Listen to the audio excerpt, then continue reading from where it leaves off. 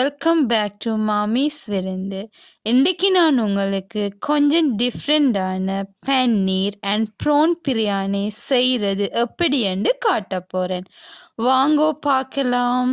தேவையான பொருட்கள்: 500 கிராம் பசுமதி அரிசி, 250 கிராம் பன்னீர், 300 கிராம் இறால், உரல்ல குத்தி எடுத்த 2 டேபிள் ஸ்பூன் இஞ்சி, 2 தக்காளி, 2 பெரிய பம்பாய் ஒனியன், உரல்ல குத்தி எடுத்த 2 டேபிள் ஸ்பூன் உள்ளி, தேவையான அளவு புதினா இலை, தேவையான அளவு மல்லி இலை, 9 டேபிள் ஸ்பூன் சன்ஃப்ளவர் ஆயில், 4 பே லீஃப், 5 கிராம் கருவா, அரை டீஸ்பூன் சிறிய சீரகம், 5 ஏலக்காய், 5 கிராம்பு, 1 டேபிள் ஸ்பூன் நெய், 3 டீஸ்பூன் மிளகாய்த்தூள், 1 டீஸ்பூன் மஞ்சள் தூள், 2 டேபிள் ஸ்பூன் ஜோக்கட், 4 பச்சை மிளகாய்,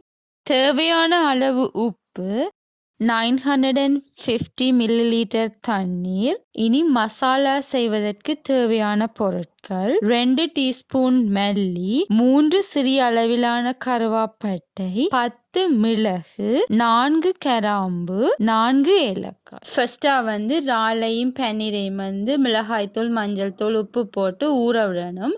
அதுக்கு நீங்கள் அரை டீஸ்பூன் மிளகாய்த்தூள், அரை டீஸ்பூன் மஞ்சள் தூள், சிறிதளவு உப்பு போட்டு நல்லா பிரட்டி அதை ஒரு 30 நிமிஷமாவது குறைஞ்சது ஊற விடுங்க. இந்த டைமில் பிரியாணி மசாலாவை ரெடி பண்ணலாம். அதுக்கு அடுப்பை ஆன் பண்ணி மீடியம் ஃப்ளேமில் விடணும். சாஸ்பேன் சூடானதும் எடுத்து வச்சுக்கிற பிரியாணி மசாலா பொருட்களை அதுக்குள்ளே போட்டு 2 நிமிஷம் வறுத்தெடுக்கணும்.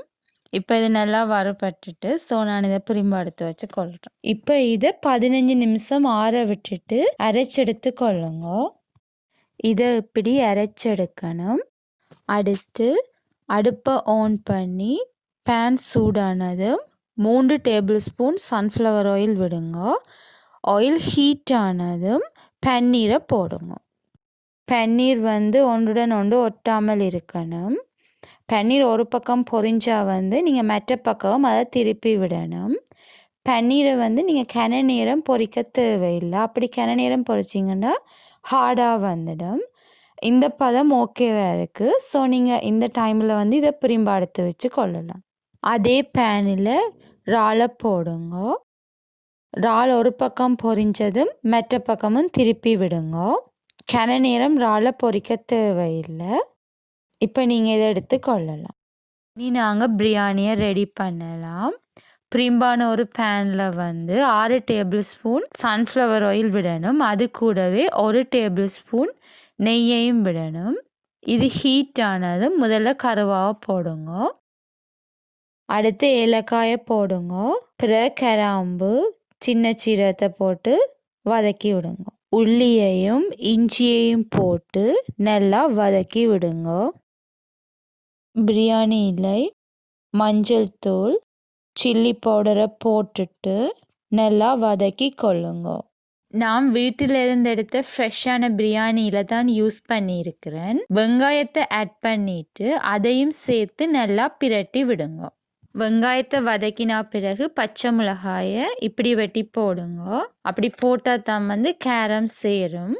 அது கூடவே தக்காளியையும் சேர்த்து நல்லா மிக்ஸ் பண்ணி விடுங்க. உப்பையும் சேர்த்து கொள்ளுங்க. உப்பு போட்டதால தக்காளி இப்போ நல்லா மசிஞ்சு வந்திருக்கு. அதுக்கு பிறகு நீங்கள் ஜோக்கெட்டை ஆட் பண்ணி கொள்ளுங்க. அது கூடவே வெட்டி வச்சுக்கிற மல்லி இலையிலையும் புதினா இலையிலையும் அரைவாசியை சேர்த்து கொள்ளுங்க.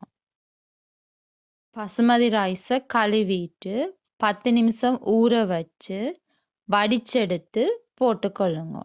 அரைச்சி வச்சுக்கிற மசாலாவில் ஒரு மேசக்கரண்டியை போட்டுக்கொள்ளுங்க. அரிசியை வடிச்சிட்டு போட்டால் அரிசி அவிரத்துக்குரிய தண்ணீண்ட அளவு பிழைக்காமல் சரியாக இருக்கும். இனி 950 மில்லிலிட்டர் தண்ணி விடுங்க.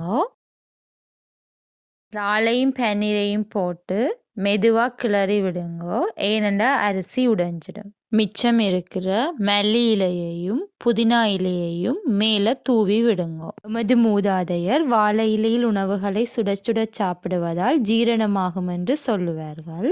அதனால்தான் நான் வாழை இலையை பாவித்தேன். இது பாவிக்கணும் என்று கட்டாயம் இல்லை. உங்களிடம் வாழை இலை இருந்தால் பாவியுங்க. இனி பேனை மூடி விடுங்கோ.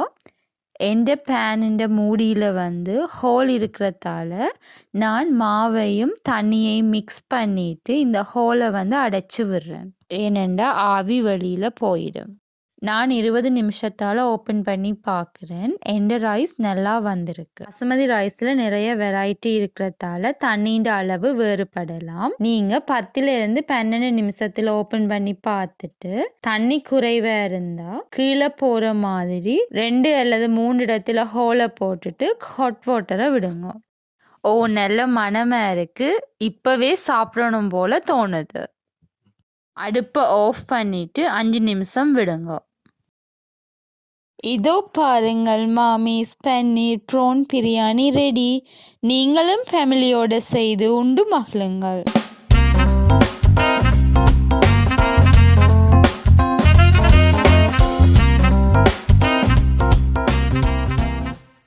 உங்களுக்கு இந்த விருந்து பிடிச்சிருந்தால், இன்னும் விருந்துகள் வேணுமென்றால் லைக் பண்ணுங்க, சப்ஸ்கிரைப் பண்ணுங்க.